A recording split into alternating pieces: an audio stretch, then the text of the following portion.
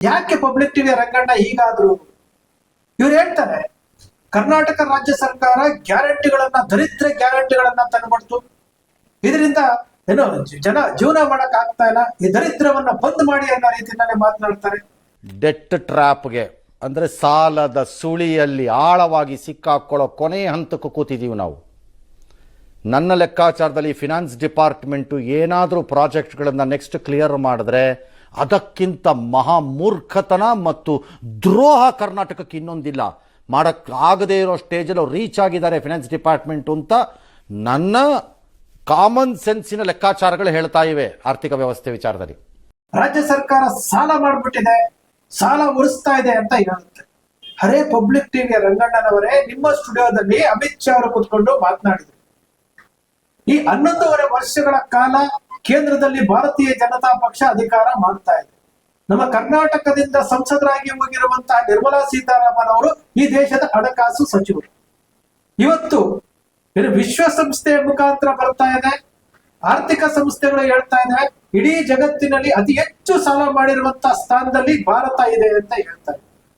ನಮ್ಮ ಪಬ್ಲಿಕ್ ಟಿವಿಯ ರಂಗಣ್ಣ ಹೇಳ್ತಾರೆ ಈ ದರಿದ್ರ ಗ್ಯಾರಂಟಿಗಳನ್ನ ಕೊಟ್ಟಿದ್ದೀರಿ, ಯಾವಾಗ ನಿಲ್ಲಿಸ್ತೀರಿ ಅಂತ ಒಂದ್ಸರಿ ಕೇಳ್ತಾರೆ.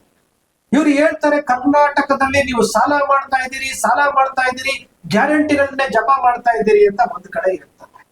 ಪಬ್ಲಿಕ್ ಟಿವಿಯ ರಂಗಣ್ಣ ಅಂದ್ರೆ ನಾನು ಒಂದು ಕಾಲದಲ್ಲಿ ಆದರ್ಶವಾಗಿ ಇಟ್ಕೊಂಡಿದ್ದೆ. ಅವ್ರು ಏನು ಕನ್ನಡಪ್ರಭದಲ್ಲಿದ್ದಾಗ, ಸುವರ್ಣ ವಾಹಿನಿಯಲ್ಲಿ ರಾಜಕೀಯ ವಿಶ್ಲೇಷಕರಾಗಿ ಬಂದಾಗ ಎಂತಹ ಪತ್ರಕರ್ತರು ಇವರು ಅಂತ ತಿಳ್ಕೊಂಡಿದ್ದೆ. ಇವ್ರು ಪಬ್ಲಿಕ್ ಟಿವಿ ಮಾಡಿದ್ಮೇಲೆ ಬಹಳಷ್ಟು ಕನಸುಗಳನ್ನ ಇಟ್ಕೊಂಡಿದ್ದೆ. ಇವತ್ತು ಅವ್ರು ಮಾತನಾಡಿರುವಂತ ಒಂದಷ್ಟು ವಿಡಿಯೋಗಳನ್ನ ನಾವು ನೋಡಿದಾಗ ಯಾಕೆ ಪಬ್ಲಿಕ್ ಟಿವಿಯ ರಂಗಣ್ಣ ಹೀಗಾದ್ರು? ಇವ್ರು ಹೇಳ್ತಾರೆ ಕರ್ನಾಟಕ ರಾಜ್ಯ ಸರ್ಕಾರ ಗ್ಯಾರಂಟಿಗಳನ್ನ ದರಿದ್ರ ಗ್ಯಾರಂಟಿಗಳನ್ನ ತಂದ್ಬಿಡ್ತು, ಇದರಿಂದ ಏನೋ ಜನ ಜೀವನ ಮಾಡಕ್ ಆಗ್ತಾ ಇಲ್ಲ, ಈ ದರಿದ್ರವನ್ನ ಬಂದ್ ಮಾಡಿ ಅನ್ನೋ ರೀತಿಯಲ್ಲಿ ಮಾತನಾಡ್ತಾರೆ. ರಾಜ್ಯ ಸರ್ಕಾರ ಸಾಲ ಮಾಡ್ಬಿಟ್ಟಿದೆ, ಸಾಲ ಉಳಿಸ್ತಾ ಇದೆ ಅಂತ ಹೇಳುತ್ತೆ. ಹರೇ ಪಬ್ಲಿಕ್ ಟಿವಿಯ ರಂಗಣ್ಣನವರೇ, ನಿಮ್ಮ ಸ್ಟುಡಿಯೋದಲ್ಲಿ ಅಮಿತ್ ಶಾ ಅವರು ಕುತ್ಕೊಂಡು ಮಾತನಾಡಿದ್ರು. ಈ 11.5 ವರ್ಷಗಳ ಕಾಲ ಕೇಂದ್ರದಲ್ಲಿ ಭಾರತೀಯ ಜನತಾ ಪಕ್ಷ ಅಧಿಕಾರ ಮಾಡ್ತಾ ಇದೆ. ನಮ್ಮ ಕರ್ನಾಟಕದಿಂದ ಸಂಸದರಾಗಿ ಹೋಗಿರುವಂತಹ ನಿರ್ಮಲಾ ಸೀತಾರಾಮನ್ ಅವರು ಈ ದೇಶದ ಹಣಕಾಸು ಸಚಿವರು. ಇವತ್ತು ವಿಶ್ವಸಂಸ್ಥೆಯ ಮುಖಾಂತರ ಬರ್ತಾ ಇದೆ, ಆರ್ಥಿಕ ಸಂಸ್ಥೆಗಳು ಹೇಳ್ತಾ ಇದೆ ಇಡೀ ಜಗತ್ತಿನಲ್ಲಿ ಅತಿ ಹೆಚ್ಚು ಸಾಲ ಮಾಡಿರುವಂತಹ ಸ್ಥಾನದಲ್ಲಿ ಭಾರತ ಇದೆ ಅಂತ ಹೇಳ್ತಾರೆ. ಅದಕ್ಕೆ ಮುಂದುವರೆದು ಲೋಕಸಭೆಯಲ್ಲಿ ಹಣಕಾಸು ಸಚಿವರು ಹೇಳ್ತಾ ಇದ್ದಾರೆ ಈ ಭಾರತದ ವಿದೇಶಿ ಸಾಲ 200 ಲಕ್ಷ ಕೋಟಿಗೆ ದಾಟಿದೆ ಅಂತ ಹೇಳ್ತಾ ಇದೆ. ಅದು ಯಾವ ಅಂಕಿ ಅಂಶದ ಮೇಲೆ? ಸ್ವತಂತ್ರ ಬಂದು 1947ರಿಂದ 2014ರವರೆಗೆ ಅಷ್ಟೂ ಪ್ರೈಮ್ ಮಿನಿಸ್ಟರ್ಗಳು, ಇಂದಿರಾ ಗಾಂಧಿ, ನೆಹರು, ಗುಜರಾಲ್, ನರಸಿಂಹರಾವ್, ರಾಜೀವ್ ಗಾಂಧಿ, ದೇವೇಗೌಡರು, ಚಂದ್ರಶೇಖರ್, ಗುಜರಾಲ್, ಚರಣ್ ಸಿಂಗ್, ವಿ.ಪಿ. ಸಿಂಗ್, ಅದಾದ ನಂತರ ಅಟಲ್ ಬಿಹಾರಿ ವಾಜಪೇಯಿ ಅವರು, ನಮ್ಮ ದೇವೇಗೌಡರು ಎಲ್ಲರೂ ಸೇರಿ, ಮನಮೋಹನ್ ಸಿಂಗ್, ಎಲ್ಲರ ಪ್ರಧಾನಮಂತ್ರಿಗಳು ಸೇರಿ ಅವತ್ತು ಬ್ರಿಟಿಷರು ಭಾರತವನ್ನ ದೋಚಿಕೊಂಡು ಹೋಗಿದ್ರು. ಲಾಲ್ ಬಹದ್ದೂರ್ ಶಾಸ್ತ್ರಿ ಅವರು ಪ್ರಧಾನಮಂತ್ರಿ ಆಗಿದ್ದಾಗ ಅಲ್ಲಿ ಊಟಕ್ಕೆ ಸಮಸ್ಯೆ ಆದಾಗ ಲಾಲ್ ಬಹದ್ದೂರ್ ಶಾಸ್ತ್ರಿ ಅವರು ದೇಶದ ವಾಸಿಗಳಿಗೆ ಒಂದು ಕರೆ ಕೊಡ್ತಾರೆ, ಒಂದು ಹೊತ್ತು ಊಟ ಕಡಿಮೆ ಮಾಡಿ ಅಂತೇಳಿ. ಅಂದ್ರೆ ದೇಶದ ಪರಿಸ್ಥಿತಿ ಹೇಗಿತ್ತು, ಅಂತಹ ಸ್ಥಿತಿನಲ್ಲಿ ದೇಶದಲ್ಲಿ ಎಲ್ಲವನ್ನೂ ಪೂರೈಸ್ಕೊಳ್ತಾ, ಅಣೆಕಟ್ಟುಗಳನ್ನ ಪೂರೈಸ್ತಾ, ಮತ್ತೆ ಐಐಟಿಗಳನ್ನ, ಐಐಎಂಗಳನ್ನ, ಯೂನಿವರ್ಸಿಟಿಗಳನ್ನ ಎಲ್ಲವನ್ನೂ ಪೂರೈಸ್ತಾ ವಿದ್ಯುತ್ಗಳನ್ನ ಮಾಡಿಕೊಂಡು, ನದಿ ಮೂಲಗಳನ್ನ ಸರಿ ಮಾಡಿಕೊಂಡು ಇಷ್ಟೆಲ್ಲ ಮಾಡಿ 55 ಲಕ್ಷ ಕೋಟಿಯನ್ನ ಮಾಡಿದ್ರೆ 2014ರ ನಂತರ ಇವತ್ತು 160 ಲಕ್ಷ ಕೋಟಿ ಇವರು 11 ವರ್ಷದಲ್ಲಿ ಮಾಡ್ತಾರೆ ಅಂತಂದ್ರೆ, ನಿರ್ಮಲಾ ಸೀತಾರಾಮನ್ ಅವರು ಮಂಡಿಸಿರುವಂತಹ ಬಡ್ಜೆಟ್ ಅಲ್ಲಿ ಈ ದೇಶದ ವಿದೇಶಿ ಸಾಲಕ್ಕೆ ಕಟ್ತಾ ಇರುವಂತಹ ಬಡ್ಜೆಟ್ ನ ಬಡ್ಡಿ ಎಷ್ಟು ಗೊತ್ತಾ? 21ರಿಂದ 25%. ಎಲ್ಲರೂ ನೋಡ್ಬೋದು, 25% ಬಡ್ಡಿ ಕಟ್ತಾ ಇದೀವಿ. ವಿದೇಶಿ ಸಾಲ 200 ಲಕ್ಷ ದಾಟೋಗಿದೆ. ರೂಪಾಯಿ ಮೌಲ್ಯ ಪಾತಾಳಿ ಇಳಿತಾ ಇದೆ. ಯಾವತ್ತಾದ್ರೂ ಚೀಮಾರಿ ಹಾಕುವಂತಹ ಕೆಲಸ ಪಬ್ಲಿಕ್ ಟಿವಿಯ ರಂಗಣ್ಣ ಮಾಡಿದಾಗ ನಿಮ್ಗೆ ಪ್ರೀತಿ ಇರ್ಬೋದು, ನಿಮ್ಗೆ ಏನು ನರೇಂದ್ರ ಮೋದಿ ಅವ್ರ ಮೇಲೆ ಪ್ರೀತಿ ಇರ್ಬೋದು, ವಿಶ್ವಾಸ ಇರ್ಬೋದು, ಭಾರತೀಯ ಜನತಾ ಪಕ್ಷದ ಪರವಾಗಿ ನಿಮಗೆ ಒಲವಿರ್ಬೋದು, ಅದು ನಿಮ್ಮ ವೈಯಕ್ತಿಕ ಒಬ್ಬ ಜವಾಬ್ದಾರಿಯುತವಾದಂತಹ ಪತ್ರಕರ್ತರಾಗಿ ನೀವು ಏನ್ ಮಾಡ್ಬೇಕಾಗಿತ್ತು? ಕರ್ನಾಟಕದ ಅಷ್ಟೂ ನ್ಯೂಸ್ ಚಾನೆಲ್ಗಳನ್ನ, ಅಷ್ಟು ಅಂದ್ರೆ ಎಷ್ಟಿದಾವೆ?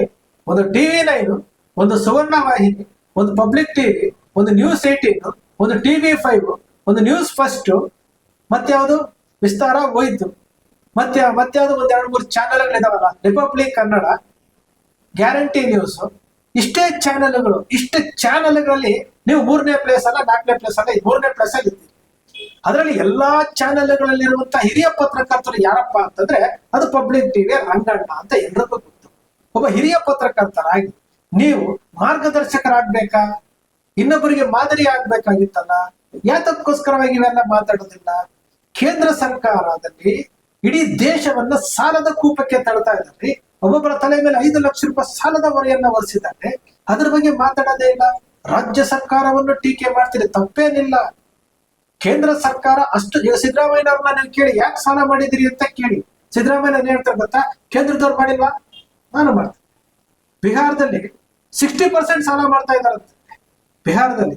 ಹಾಗೆ ಈ ದೇಶದಲ್ಲಿರುವಂತಹ 31 ರಾಜ್ಯಗಳಲ್ಲೂ ಸಹ ರಾಜ್ಯ ಮಟ್ಟದಲ್ಲಿ ಸಾಲ ಮಾಡ್ತಾರೆ, ಕೇಂದ್ರದವರು ಸಾಲ ಮಾಡ್ತಾರೆ.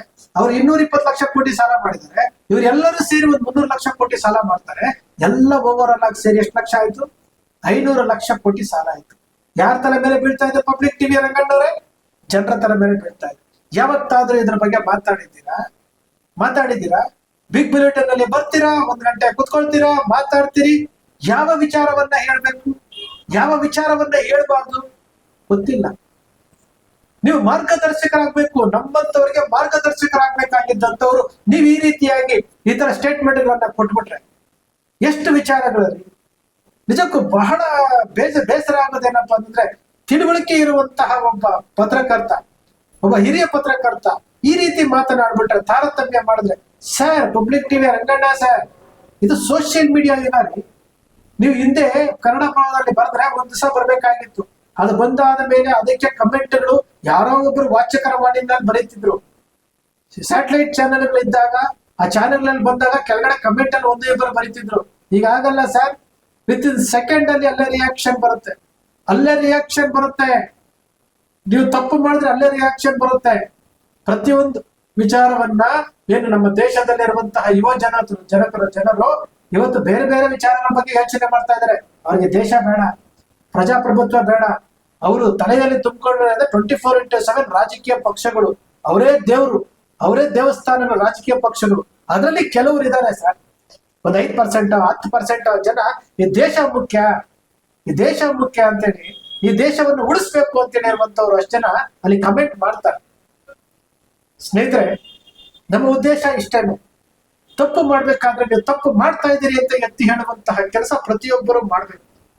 ಪಬ್ಲಿಕ್ ಟಿವಿಯ ರಂಗಣ್ಣ ಅವರಾಗ್ಲೇ ಅವರು ಯಾವ್ದೋ ವಾರ್ಷಿಕೋತ್ಸವದಲ್ಲಿ ಹೇಳಿದ್ರೆ ನಾನು ನಿವೃತ್ತಿ ಅಂಚಿನಲ್ಲಿದ್ದೀರಿ ಅಂತ. ಆಮೇಲೆ ಏನ್ ಮಾಡ್ತೀರಿ? ಇನ್ನು ಯಾವ ಚಾನೆಲ್ಗಳು ಸಹ ಭರವಸೆ ಮೂಡಿಸ್ತಾ ಇಲ್ಲ.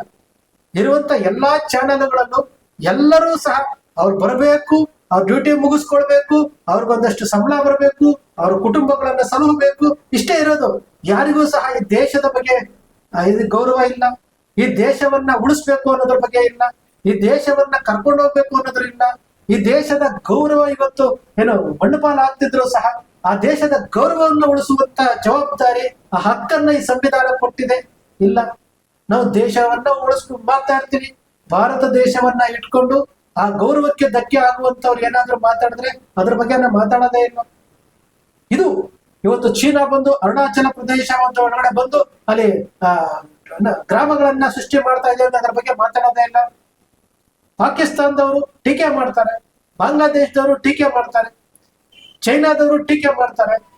ಅದ್ರ ಬಗ್ಗೆ ನಮಗೆ ಗಮನನೇ ಇಲ್ಲ. ನಾವೇನ್ ಮಾಡ್ತಾ ಇದೀವಿ? ರಾಜಕೀಯ ಪಕ್ಷಗಳನ್ನ ಓಲೈಸ್ತಾ ಇದೀವಿ. ಸ್ನೇಹಿತರೆ, ನಿಮ್ಮ ಅಕ್ಷರ ಮೀಡಿಯಾ ಸೃಷ್ಟಿ ಮಾಡೋದಿಲ್ಲ, ಕಲ್ಪನೆ ಮಾಡೋದಿಲ್ಲ, ವಾಸ್ತವದ ವಿಚಾರವನ್ನು ವಿಶ್ಲೇಷಣೆ ಮಾಡುತ್ತೆ. ನಿಮ್ಮ ಅಕ್ಷರ ಮೀಡಿಯಾದ ವಿಶ್ಲೇಷಣೆ ನಿಮ್ಗೆ ಇಷ್ಟ ಆಯ್ತು ಅಂದ್ರೆ ಸಬ್ಸ್ಕ್ರೈಬ್ ಆಗ್ಲಿಲ್ಲ ಅಂದ್ರೆ ಸಬ್ಸ್ಕ್ರೈಬ್ ಮಾಡ್ಕೊಳ್ಳಿ. ಪಕ್ಕದಲ್ಲಿ ಕಾಣುವಂತ ಬೆಲ್ ಐಕಾನ್ ಪ್ರೆಸ್ ಮಾಡಿ, ಶೇರ್ ಮಾಡಿ, ಪ್ರೋತ್ಸಾಹ.